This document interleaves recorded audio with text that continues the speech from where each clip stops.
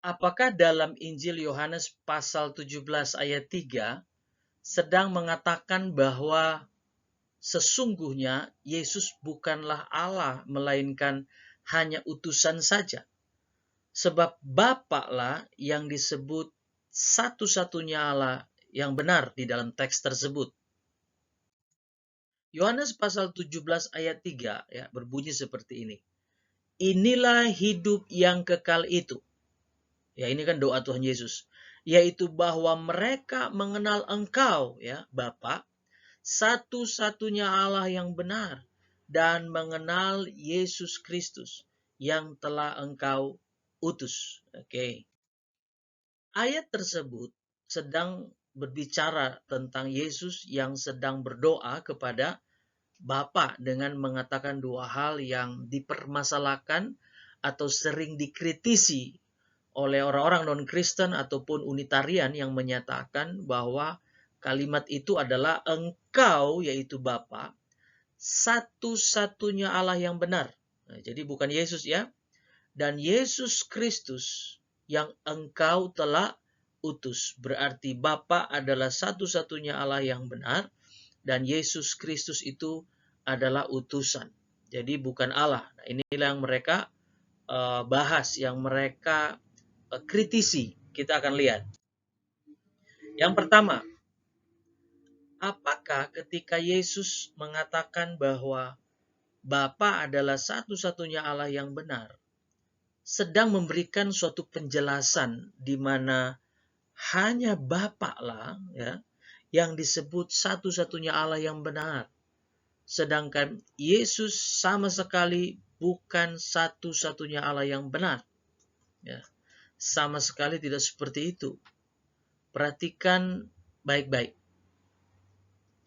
Penyebutan bahwa Bapa adalah satu-satunya Allah yang benar, itu sudah termasuk dengan apa yang ada bersama-sama dengan Bapa dan yang sehakikat dengan Bapa sebagai Allah, ya sudah termasuk. Nah, apa atau siapa yang ada bersama-sama dengan Bapa dan yang sehakikat dengan Bapa sebagai Allah? Sudah pasti yaitu Sang Firman. Bahkan Yohanes pasal 1 ayat 1 mengatakan Firman itu bersama-sama dengan Allah. Nah, begitu juga Roh Kudus. Sebab Sang Firman disebut sebagai Firman Allah dan Roh Kudus disebut sebagai Roh Allah. Kedua hal tersebut yaitu Sang Firman dan Roh Kudus tidak bisa dipisahkan dengan Bapa sebagai Allah. Sebab Sang Firman adalah Firman Allah dan Roh Kudus adalah Roh Allah. Jadi ketika Bapa disebut sebagai satu-satunya Allah yang benar, maka itu sudah menyangkut apa yang bersama-sama dengan Bapa dan yang sehakikat dengan Bapa sebagai Allah. Dan itu adalah Sang Firman atau Yesus dalam hakikat ilahi. Dan juga Roh Kudus atau Roh Allah atau Roh Kudus. Perhatikan dua ayat ini, saya akan membuat suatu analogi ya tentang satu hal yang sudah menyangkut semuanya. Penyebutan terhadap satu hal yang sudah menyangkut semuanya. Ini adalah gaya bahasa khusus. Saudara. Dalam 1 Korintus pasal 8 ayat 6 dikatakan, satu Tuhan saja, yaitu Yesus. Ulang ya, satu Tuhan saja, yaitu Yesus. Nah, apakah berarti hanya Yesus saja yang disebut Tuhan? Sedangkan Bapa dan Roh Kudus bukan Tuhan. Tentu tidak seperti itu maksudnya. Ya, bagaimana bisa? Ya. Yohanes 17 ayat 3 mengatakan Bapa adalah satu-satunya Allah yang benar. Dalam 1 Korintus pasal 8 ayat 6, Yesus satu-satunya Tuhan. Nah, jadi gimana itu? Nah, itu ada di dalam konteks penyebutan satu hal yang sudah menyangkut semuanya, yaitu apa yang sehakikat dengan yang disebut itu. Juga di dalam Yohanes pasal 1 ayat 14 dikatakan, Firman itu telah menjadi daging dalam bahasa Yunani yaitu sarx, ya, yang perlu diterjemahkan sebagai daging, ya. Tapi LAI menerjemahkannya manusia untuk lebih memperjelas. Tapi sebenarnya pengertian sarx itu daging. Kenapa?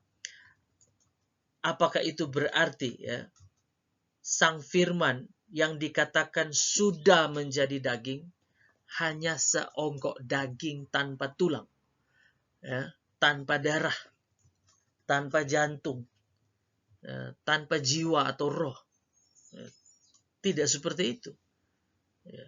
Ini disebut sebagai satu hal yang sudah menyangkut semuanya.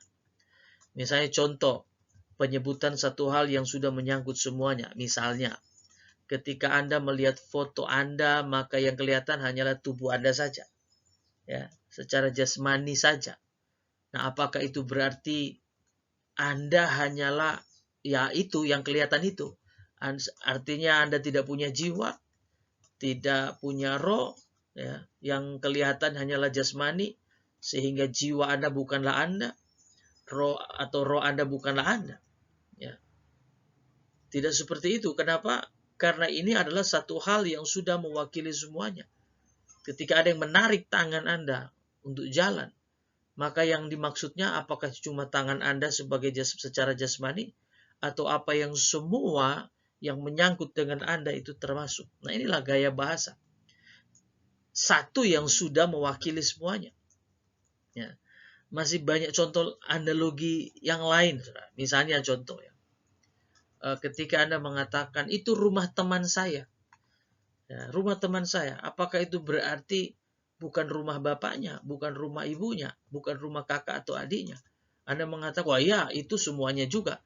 Tapi yang tadi Anda sebutkan cuma temanmu loh. Nah, pasti dia akan jawab, ya iya, itu kan satu yang sudah menyangkut semuanya. Itu kan gaya bahasa. Nah, itu sebabnya yang terjadi di dalam Yohanes pasal 17 ayat 3, 1 Korintus 8 ayat 6, juga banyak di 1 Korintus, di dalam surat-surat Rasul Paulus di Roma, Korintus, ada hal-hal seperti itu yang menyebut Bapa sebagai Allah, ya.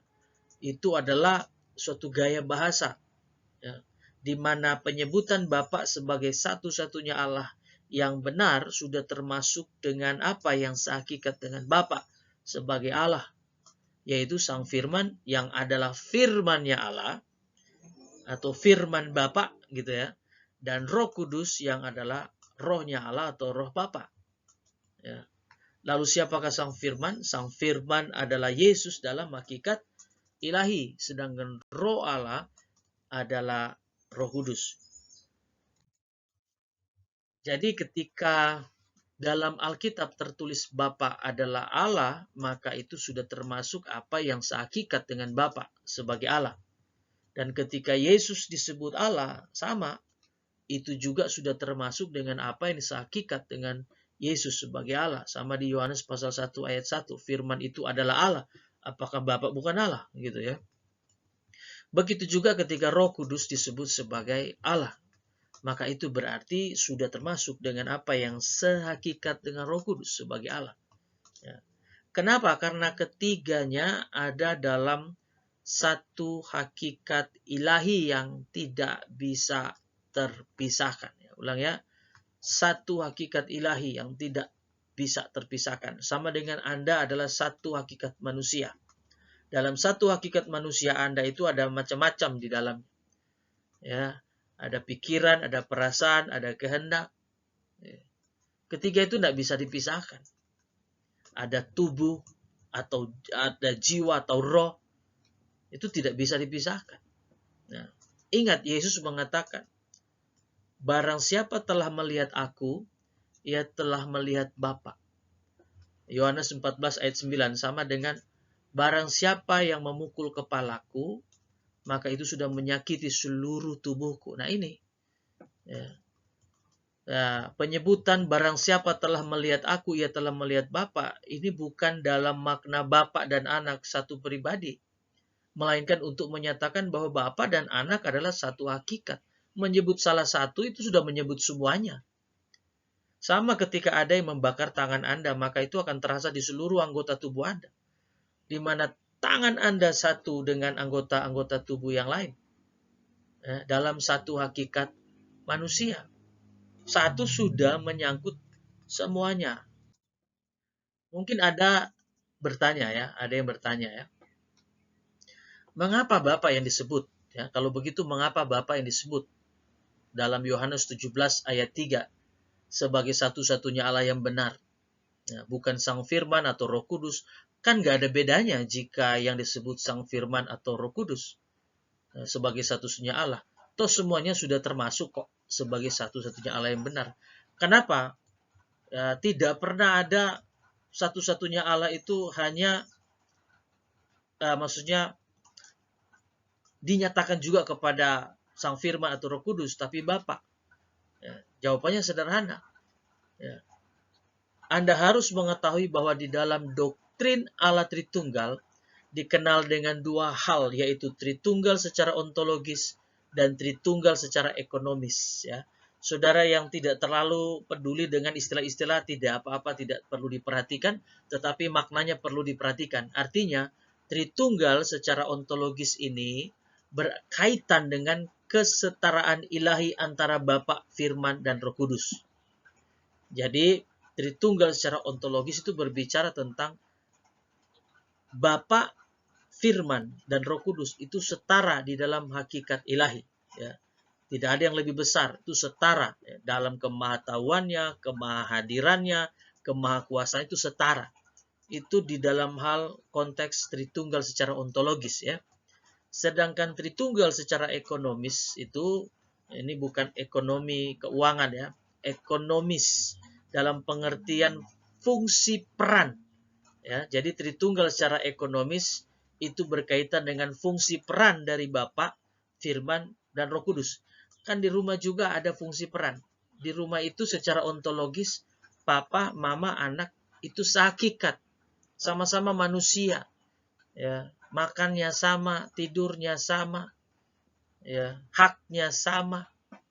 Itu namanya secara ontologis, tapi secara peran berbeda. Papa itu perannya kepala keluarga. Mama itu perannya ibu rumah tangga atau yang penolong dari papa. Anak adalah anak yang dididik, dipelihara, dipimpin. Itu bicara peran, tapi tidak berarti secara hakikat manusia, Bapa itu lebih besar hakikat ilahi dari manusia daripada anak. Tidak seperti itu. Jadi secara hakikat mereka setara. Secara ekonomis mereka menjalankan peran masing-masing. Begitu. Begitu juga Bapa, Firman, dan Roh Kudus ya, menjalankan peran di mana Bapa adalah sebagai sumber dan pengutus, sedangkan Firman sebagai yang diutus oleh Bapa dan Roh Kudus sebagai yang diutus oleh Bapa dan Firman. Ini peran di dalam Allah Tritunggal. Ya. Jadi penyebutan Bapa sebagai yang disebutkan terkait satu-satunya Allah yang benar tidak terlepas dari prinsip Tritunggal dalam konteks fungsi atau peran masing-masing oknum. Jadi tidak ada yang lebih besar, Bapa Tuhan, Anak bukan, Roh Kudus bukan, hanya karena masalah utus-mengutus. Ya. Itu peran. Secara ontologis mereka setara. Nah, gitu. Jadi kesimpulannya adalah penyebutan Bapa sebagai satu-satunya Allah yang benar, sedangkan Sang Firman atau Yesus dalam keilahiannya dan Roh Kudus tidak disebutkan, merupakan suatu gaya bahasa satu yang sudah menyangkut semuanya. Karena sehakikat, apapun yang sehakikat atau sekeluarga itu ketika disebutkan tentang satu hal itu sudah menyangkut semuanya, seperti saya bilang tadi. Itu rumah teman saya. Tidak berarti itu bukan rumah bapak dan ibunya atau rumah kakak atau adiknya, itu rumah mereka semua, tapi yang disebut cuma satu orang. Ini yang namanya satu hal yang sudah mewakili semuanya. Begitu juga dalam Yohanes 17 ayat 3. Bapa disebutkan satu-satunya Allah yang benar. Ya. Sehingga berkaitan dengan mengenai Bapa mengutus anak, itu bicara peran. Ya. Lalu Roh Kudus diutus oleh Bapa dan anak, itu peran. bukan secara kesetaraan ilahi, tapi peran. Saya sudah kasih contoh tadi terkait dengan konteks rumah tangga gitu ya. Nah sekarang masalah Yesus adalah utusan, karena ini juga jadi masalah ya. Ada yang menyatakan kan Yesus adalah utusan. Saya sudah jelaskan tadi ya. Yesus adalah utusan, berarti utusan itu lebih kecil dari yang mengutus. Berarti Bapa yang adalah Tuhan, anak yang diutus itu bukan Tuhan. Nah, ini kan. Apakah dengan pernyataan bahwa Yesus adalah utusan, maka itu berarti ia bukan Allah? Ya, pemikiran itu terlalu dangkal, sebab tidak selalu utusan itu lebih kecil dari yang mengutus. Contohnya, Rasul Paulus diutus oleh jemaat Antioquia. Maka apakah itu berarti jemaat lebih tinggi jabatan rohani dibanding rasul? Ya tidak. Ya, mereka ini setara dalam hakikat manusia, walaupun terpisah hakikat manusianya, tapi secara hakikat setara ya. Bahkan Rasul Paulus secara jabatan, secara fungsi peran lebih tinggi. Tapi yang lebih rendah secara fungsi peran mengutus yang lebih tinggi. Gitu. Jadi tidak berarti jemaat lebih tinggi jabatan rohani dibanding rasul hanya gara-gara jemaat yang utus rasul gitu ya. Ada juga seorang mahasiswa yang berjabatan ketua yang diutus oleh anggotanya untuk menghadap pemerintah misalnya. Dan apakah itu berarti yang mengutus lebih tinggi jabatan dengan yang diutus? Tentu tidak seperti itu. Sebab pemikiran seperti itu adalah pemikiran yang terlalu dangkal dalam memahami istilah utusan dan yang mengutus. Jadi sudah disampaikan terkait dua konteks tentang doktrin Tritunggal, yaitu secara ontologis dan ekonomis. Dan tentu sudah dijelaskan bahwa Yesus diutus oleh karena fungsi peran, bukan dalam arti ia tidak setara dengan Bapa. Sebab Yesus diutus oleh Bapa bukan dalam arti karena ia pribadi yang lebih kecil dari Bapa, melainkan dalam makna menjalani fungsi atau peran sebagai yang diutus ya. Sama seperti Rasul Paulus menjalani peran sebagai yang diutus oleh jemaat, maka tidak berarti jemaat lebih tinggi jabatan dari rasul. Tentu hal tersebut berbeda dengan Yesus dalam natur manusia yang menjalani fungsi utusan sebagai nabi, di mana sebagai utusan dalam konteks nabi yang dalam natur manusia, tentu ia lebih kecil dari Bapa. Sebab Yesus adalah pribadi dengan dua natur, yaitu ilahi sepenuhnya, manusia sepenuhnya. Dalam natur ilahi ia setara dengan Bapa dan Roh Kudus, sedangkan dalam natur manusia ia sama dengan manusia yang tidak setara dengan Bapa dan Roh Kudus. Dan dalam Yohanes pasal 17 terkait Yesus ya, dalam natur manusia dia berdoa kepada Bapa. Apakah ada yang aneh jika manusia berdoa kepada Bapa? Tentu tidak. Dan Yesus dalam natur manusia adalah manusia seutuhnya, bukan setengah dewa. Oke. Jika ada yang ingin bertanya atau mengkritisi atau meminta pembahasan suatu topik yang lain untuk dibahas secara sederhana, silahkan ditulis di kolom komentar ini. Tuhan Yesus memberkati kita semua.